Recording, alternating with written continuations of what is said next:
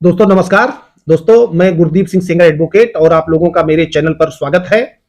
दोस्तों आज का विषय है कि अगर हम किसान हैं और हमारे पास एग्रीकल्चरल लैंड है और उत्तर प्रदेश में है, दोस्तों अन्य प्रदेशों में भी हो सकती है तो उसके लिए अलग विधि है, केवल सेक्शन में अंतर है, बाकी सब यही है।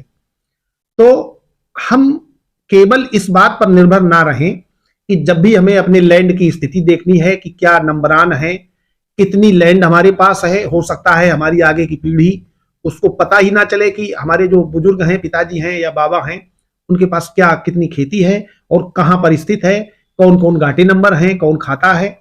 इसके लिए दोस्तों हम लोगों को आवश्यक है कि एक किसान बही, शब्द सुना होगा आप लोगों ने, एक किसान बही जो रेवेन्यू ऑफिसर्स द्वारा जारी की जाती है, रेवेन्यू रिकॉर्ड माने अधिकार अभिलेख के रूप में, वो किसान को दी जाती है। माने सरकारी राजस्व अधिकारियों द्वारा एक ऐसी पुस्तक बना करके, एक ऐसा रिटन स्टेटमेंट लिख करके किसान को दिया जाता है कि इसमें आपकी सारी कृषि भूमि लिखी हुई है, उसकी प्रकृति लिखी होती है, उस पर कितना लगान आप अदा कर रहे हैं ये लिखा होता है, और भी मैं अभी डिटेल में बताऊंगा। तो दोस्तों उत्तर प्रदेश में उत्तर प्रदेश भू राजस्व संहिता, उत्तर प्रदेश राजस्व संहिता 2006 की धारा 41 में प्रोविजंस दिए हुए हैं, जिसमें लिखा है कि प्रत्येक किसान के पास, प्रत्येक किसान का मतलब है उस जोत का जो खातेदार होगा, क्योंकि खाते और गाटे का मतलब मैं आज बता दूं, गाटे का मतलब होता है खेत, और एक किसान के पास कई खेत हो सकते हैं, तो उसके कुल खेतों को मिलाकर के एक खाता बनता है। तो उस खाते के धारक को, माने खाते के मालिक को खातेदार कहते हैं, और वो खातेदार किसान ही होता है, क्योंकि वो संक्रमणी, असंक्रमणी या आसामी या सरकारी पट्टेदार, इन चार में से कोई एक ही होता है वर्तमान में जो विधि प्रभावी है। इससे मैं आगे कोई वीडियो बनाऊंगा, उसमें मैं खातेदारी के वर्गों के बारे में बताऊंगा, अंग्रेजों के समय से, मुगल काल से और आज तक किस तरीके के लोग हैं, किस तरीके की लैंड होती थी, कैसे आसामी थे, कैसे पट्टेदार थे, कैसे सीरदार थे, कैसे और भी कई विधियां थी, उनके बारे में चर्चा करूंगा। आज केवल किसान बही के बारे में है। वर्तमान समय में प्रत्येक राज्य में वहां की भूमि विधियां लागू हैं, उन भूमि विधियों के आधार पर आप वहां किसान हैं तो आपको बिल्कुल फाइनलाइज करके एक पेपर दिया गया है, उसको किसान बही कहते हैं। उस किसान बही में आपके खाते का नंबर, सभी गाटे माने सभी जो कृषि भूमि है उनका नंबर, कितना लगाना अदा कर रहे हैं, भूमि की प्रकृति क्या है, आप कितना उसका क्षेत्रफल है, ये सारा विवरण लिखा होता है, और ये विवरण कलेक्टर द्वारा तैयार कराया जाता है और इसकी एक कॉपी किसान को दी जाती है।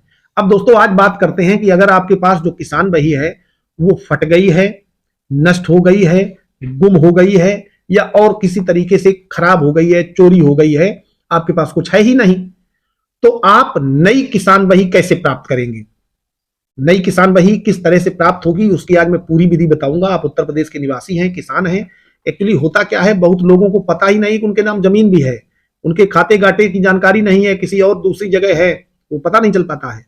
तो दोस्तों ऐसी स्थिति में अब जागरूक समाज है, बच्चे पढ़े लिखे हैं, उन लोगों को चाहिए कि राजस्व अधिकारियों से मिले, और किससे मिले, कैसे मिले, ये मैं इस वीडियो में आगे बता रहा हूं।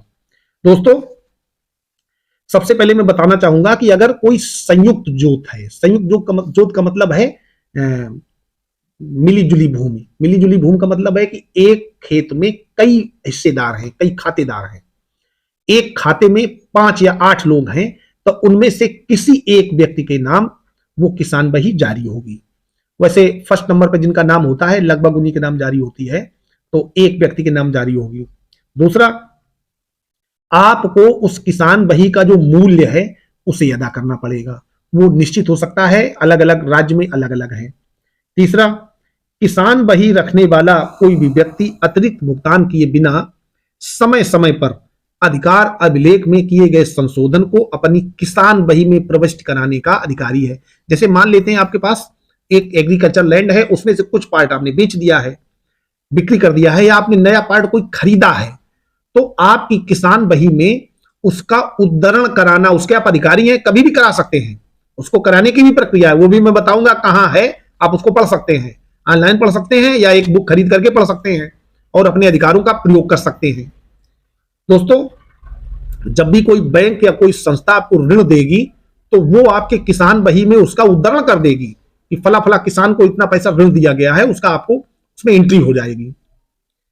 अगला 7वां नंबर पॉइंट है कि आप अपनी उस किसान बही को जिस रीत से चाहें उस तरह से पेश कर सकते हैं और उसका यूज कर सकते हैं, उसके लिए कोई मनाही नहीं है। और ऐसा खातेदार जो एक शपथ पत्र पर कथन करता है कि उसकी जानकारी वो विश्वास के आधार पर कुछ भी असत्य है, सत्य होने के विषय में उसे विश्वास नहीं है, उसको 3 वर्ष तक की सजा हो सकती है।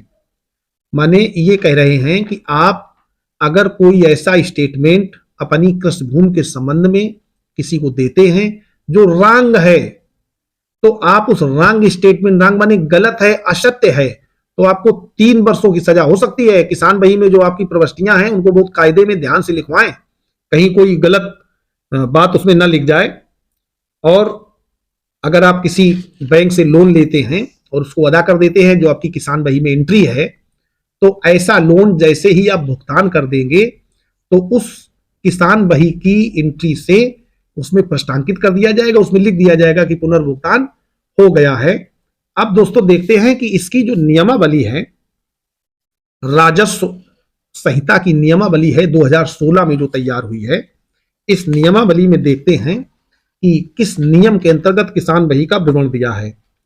तो दोस्तों नियम 38 देखते हैं और 37 देखते हैं। उत्तर प्रदेश राजस्व संहिता नियमावली 2016, इसको आप गूगल पे देख के या किसी किताब की दुकान से, लॉ की किताबें जहां मिलती हैं वहां से आप खरीद सकते हैं। और उत्तर प्रदेश राजस्व नियमावली 2016 में नियम नंबर 37 और 38 देख करके आप उसको समझ सकते हैं। नियम नंबर 37 में दिया हुआ है कि प्रत्येक किसान बही जैसा कि धारा 41 में उल्लिखित है निम्नलिखित विवरण के अनुसार होगा। ये उत्तर प्रदेश सरकार द्वारा बनाए गए नियम हैं, इन नियमों के अलावा कोई नियम फॉलो नहीं होगा। तो आप नियम देखिए, खातेदार का नाम लिखा होगा, पिता का नाम और पता लिखा होगा। दूसरा है यदि खातेदार अवयस्क है तो उसके अभिभावक का नाम लिखा होगा। तीसरा है कि सभी जोतों का पूरा विवरण जो उसके द्वारा धारित हो वित्त क्षेत्रफल और भू राजस्व के लिखा होगा। चौथा है खाता धारक अनुसूचित जात, अनुसूचित जनजात, अन्य पिछड़ा वर्ग का सदस्य है तो उसका एंट्री होगा। और क्या भू राजस्व से मुक्त है, उसका भुगतान उसे नहीं करना, ये लिखा होगा। अब दोस्तों एक फोटो भी चिपकाई जाएगी उसमें जो डेट और मोहर के सहित प्रमाणित होगी। जैसे आपकी फोटो आपकी किसान बही पर लगी होगी और वो वहां तहसीलदार से या एसडीएम से प्रमाणित होगी या लेखपाल से प्रमाणित होगी। दोस्तों किसान बही जब पहली बार आपको दी जाएगी तो 10 रुपए का शुल्क आपसे लिया जाएगा। और इस पे जो धारा 38 है उसमें यह कहा गया है उसके फर्स्ट प्रोविजो में कि उन व्यक्तियों के लिए किसान बही तैयार कराई जाए, उनको वितरित की जाए जो उसके अधिकारी हैं। माने आप अगर आपको किसान बही मिलने योग्य है, आपको किसान बही मिलनी चाहिए, तो आपको किसान बही दी जाए, ये इसमें नियम बनाया गया है। दूसरा, आपसे 10 रुपए का शुल्क लिया जाए। लेकिन अगर, और ये भी है कि आप अगर एक से अधिक अंशधारी है उस लैंड में तो किसी एक को किसान बही दी जाए। और अगर आपकी किसान बही खो जाती है, ये धारा 38 नियम 38 का सब नियम। दोस्तों ये जो पुरानी या खराब फटी हुई किसान बही पुनः बनाने का सिस्टम है, इसमें नियम 38 के सब सेक्शन 1 में दिया गया है कि ऐसा राजस्व अधिकारी जो नायब तहसीलदार के पद से नीचे का ना हो। क्योंकि राजस्व अधिकारी लेखपाल से प्रारंभ होते हैं, लेखपाल भी राजस्व अधिकारी है, तो किसान बही बनाएगा जो कम से कम नायब तहसीलदार हो या उससे ऊपर पंक्ति का हो, उससे नीचे का नहीं। तो उस व्यक्ति को आपको आवेदन करना है और 20 रुपए का भुगतान करना है, उसकी रसीद आपको लेनी है, तो आपको नई किसान बही बनके मिलेगी। दोस्तों मेरा निवेदन है कि उत्तर प्रदेश के सभी किसान जिनके पास किसान बही नहीं है, तत्काल अपने तहसील के नायब तहसीलदार या तहसीलदार से संपर्क करें, विधिवत प्रार्थना पत्र दें उनको संबोधित करते हुए, और उस प्रार्थना पत्र को देकर के किसान बही बनवाएं और किसान बही में अपनी फोटो प्रमाणित करके अपने पास रख लें, ताकि उनकी जो आगे की पीढ़ी है वो जमीन के लिए परेशान ना हो, कहीं उनको ये महसूस ना हो कि उनका एक नंबर छूट गया या उनको पता ही नहीं है कि उनके और खेत कहां हैं। इसके अलावा प्रशासन को निर्देश दिए गए हैं कि वो ऑलरेडी ये किसानों को किसान भाई उपलब्ध कराएं। दोस्तों जानकारी मुझे अच्छी लगी इसलिए आप लोगों के बीच में शेयर की। अगर आपको हमारा वीडियो अच्छा लगता है तो इसको वीडियो को लाइक करें, हमारे चैनल को सब्सक्राइब करें और दोस्तों को अधिक से अधिक शेयर करें। धन्यवाद।